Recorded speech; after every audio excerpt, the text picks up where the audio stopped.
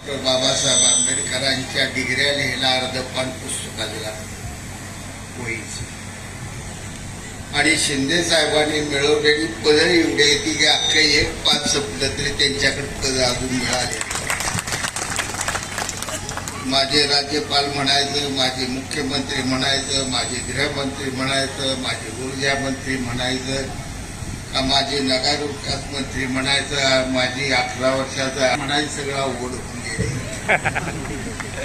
पण सर्वात महत्वाचं या ठिकाणी आहे की आपल्या सोलापूर जिल्ह्याचे सुपुत्र असलेले शिंदे साहेब राज्याच्या राजकारणात मुख्यमंत्री म्हणून, दिल्लीच्या राजकारणात गृहमंत्री म्हणून, व्यासपीठावर विनोद केलेल्या भाषणात आपला सोलापूर जिल्हा, आपला सोलापूर शहर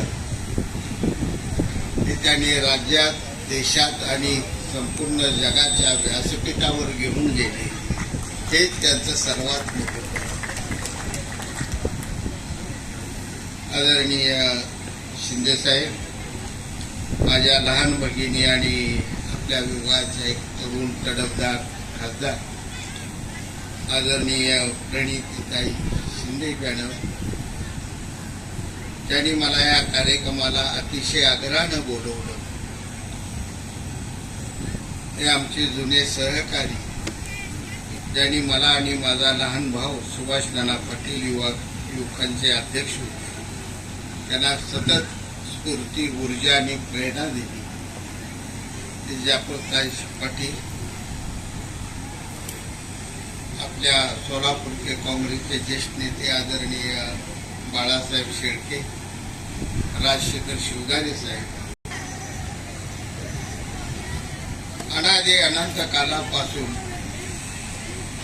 सदाशिव पेठेत अडकून पडलेल्या सरस्वतीला तिच्या विनेचा झंकार ऐकण्यासाठी खेड्यापाड्यात घेऊन आलेल्या राजश्री शाहू महाराज, कर्मवीर भाऊराव पाटील, महामानव डॉक्टर बाबासाहेब आंबेडकर, डॉक्टर पंजाबराव देशमुख, या सर्वांनी जे रात्रंदिवस कष्ट केले त्या झाडाला लागलेलं हे गोड फळ आहे. शिक्षण ही तिसरा डोळा आम्हाला आमच्या अनादी अनंत कालापासून सांगत आहे, पण आम्हाला कुणी शिकवलं आणि त्यामुळे तिसरा डोळा नेमका कुठं आहे, कसा आहे, काय या बहुजन समाजाला कधी बघायला मिळत. पण या चळवळीतून आज ही शिक्षणाची ज्ञानगंगा खेड्यापाड्यात घरोघरी पोचली आहे. त्यातूनच आपल्या भारत देशाला नवनिर्मिती निर्माण झाली.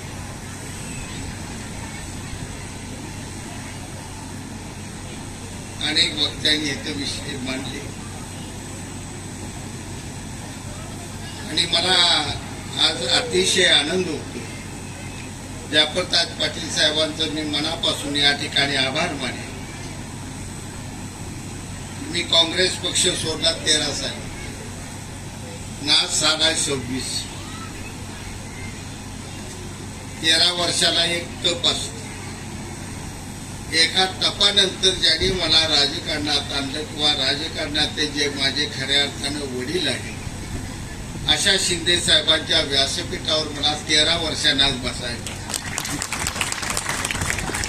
रस्ता बदलला, अंतर पडत,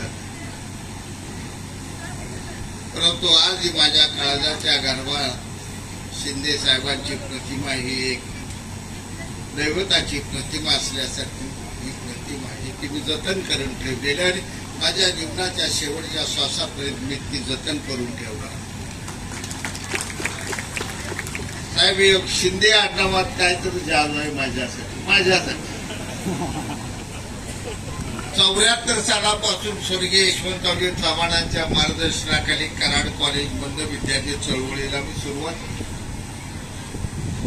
आणि या प्रवासात अनेक मंत्री, मुख्यमंत्री, त्यांचा सहभाग जवळनं मला फार मिळाला.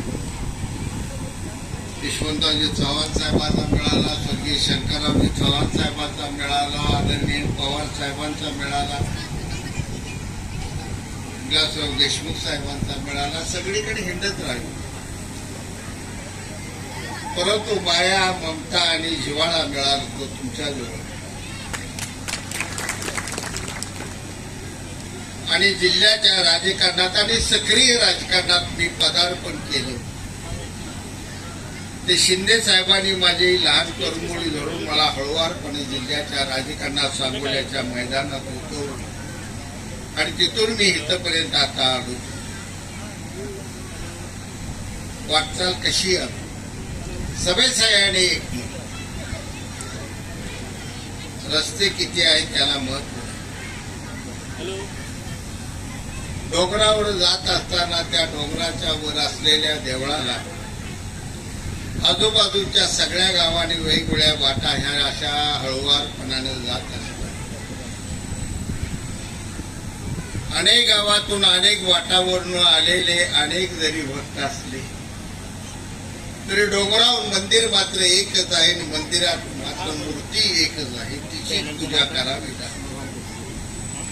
आज राजकारणाच्या देशात अनेक वाटा आहेत, अनेक रस्ते आहेत, अनेक विचारधारा घेऊन माणूसही रात्रंदिवस कष्ट करताना आपल्याला दिसून येत आहे.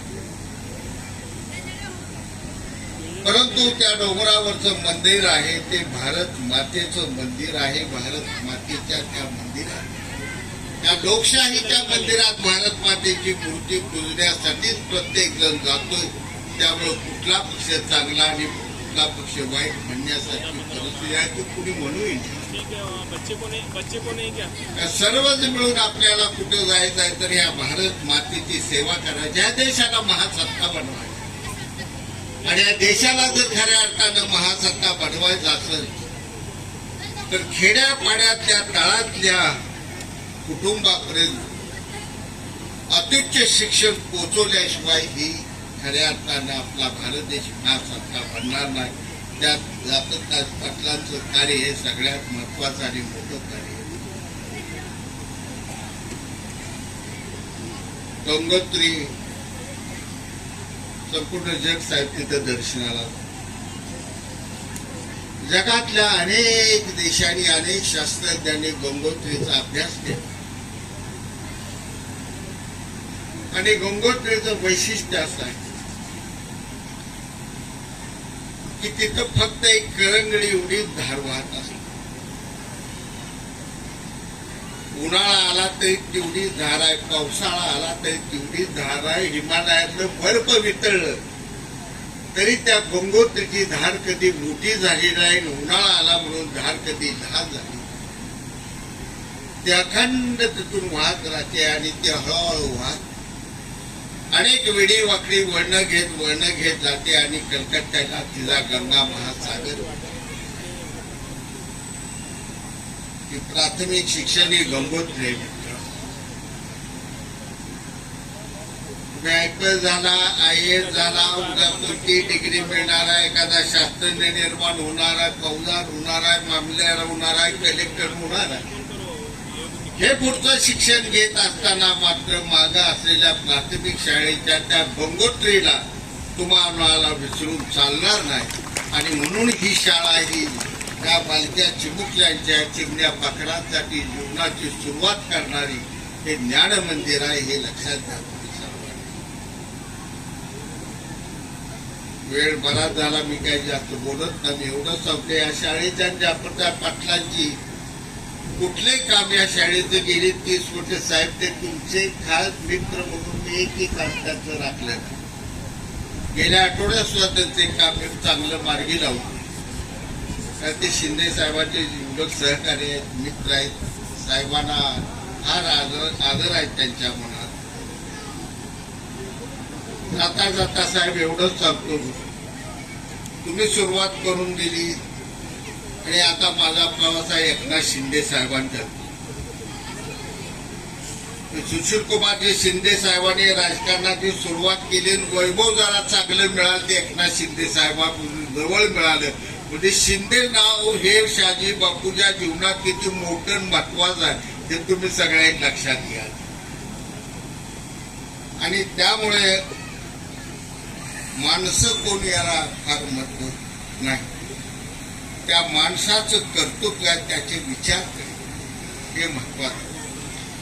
राजकारणात खुर्ची मिळाल्यानंतर अहंकार निर्माण अतिशय वेगात.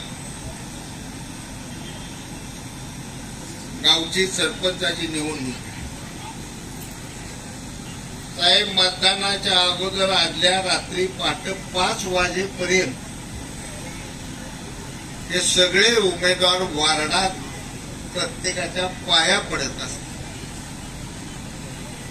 मतदान झालं, मतमोजणी झाल्या आणि निवडून आला एकदा गडी का हलग्यान गुलालात अडकला, त्याला ती मत दिलेला माणूस भेटाय गेला, एका दणक्यात ते सर्व बाजूला तू का मध्ये मध्ये करायला लागला. आता त्यानं मत दिलं, त्याचं काय झालं?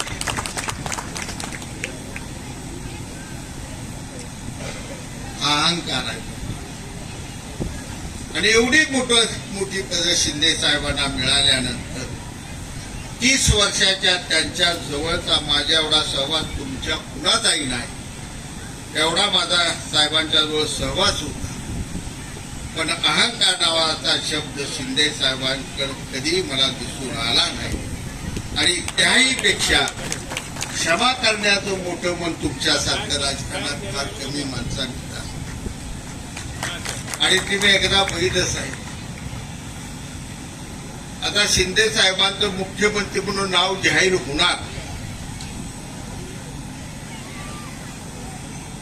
एवढंच राहील. सुभाष चव्हाण चांगल्या 1,00,000-1.5 लाखाच्या फटाकड्या त्याच विधान भवनाकडे लावल्या होत्या. हे नाव जाहीर झालं का उडवायचं. अचानक नाव जाहीर झालं विलासराव देशमुख. आता फटाकड्या काय करायच्या?